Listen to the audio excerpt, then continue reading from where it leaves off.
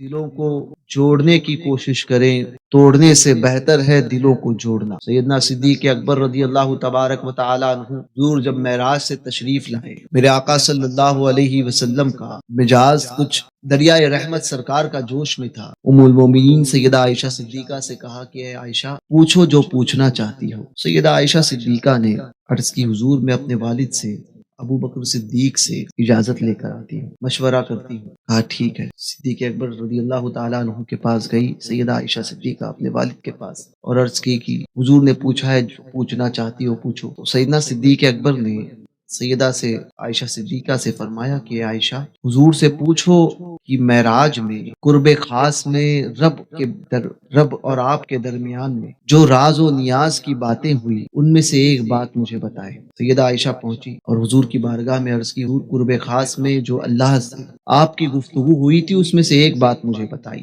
سیدہ نے جیسے یہ بات پوچھی حضور مسکرائے، اس لیے بھی مسکرائے کہ صدیق کا انتخاب۔ کہا سنو اے عائشہ، اللہ نے بہت سی باتیں فرمائی، بہت سی باتیں کی، ان باتوں میں ایک بات اللہ پاک نے مجھ سے فرمائی کہ جو دنیا میں کسی ٹوٹے ہوئے دل کو جوڑے، جو انسان میرے کسی بندے کے ٹوٹے ہوئے دل کو جوڑے گا، مفہوم حدیث بتا رہا ہوں، مجھ پر واجب ہے کہ میں اسے جنت میں داخل، مجھ پر واجب۔ سیدہ عائشہ بڑی خوشی گئی سیدنا صدیق اکبر کے پاس، اپنے والد کے پاس، اور عرض کی کہ حضور نے یہ فرمایا جو کسی ٹوٹے ہوئے دل پر کو جوڑے گا مجھ پر واجب ہے کہ اسے جنت میں داخل کروں۔ سیدنا صدیق اکبر نے اس بات کو سن کر رونے لگے، زاروں قطار رونے لگے۔ سیدہ نے عرض کی حضور میرے والد، یہ تو خوشی کی بات ہے، آپ رو رہے ہیں۔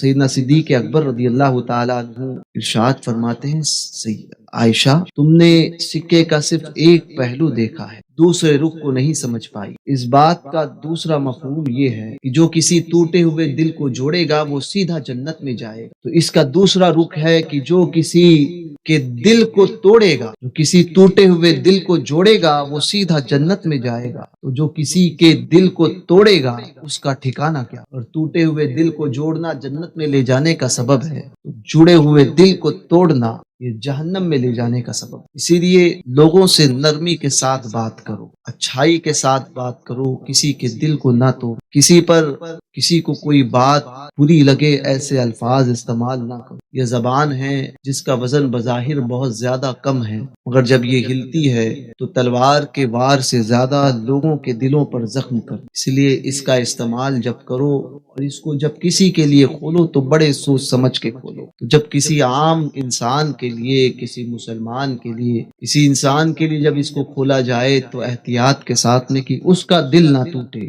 جو رسول اللہ کے صاحب، جو رسول اللہ کے صحابہ ہوں، ان کو برا کہہ کر کیا حضور کے دل کو توڑنے کا جرم نہیں کر رہے ہیں وہ لوگ؟ اسی لیے ایسوں کی صحبت سے بھی بچو، اور ایسے الفاظ اپنے بڑوں کے تعلق سے، اپنے سرکاروں کے تعلق سے استعمال نہ کرو جس سے آخرت خراب ہو، دنیا تباہ ہو اور آخرت برباد ہو۔ اس بات کو یاد رکھو۔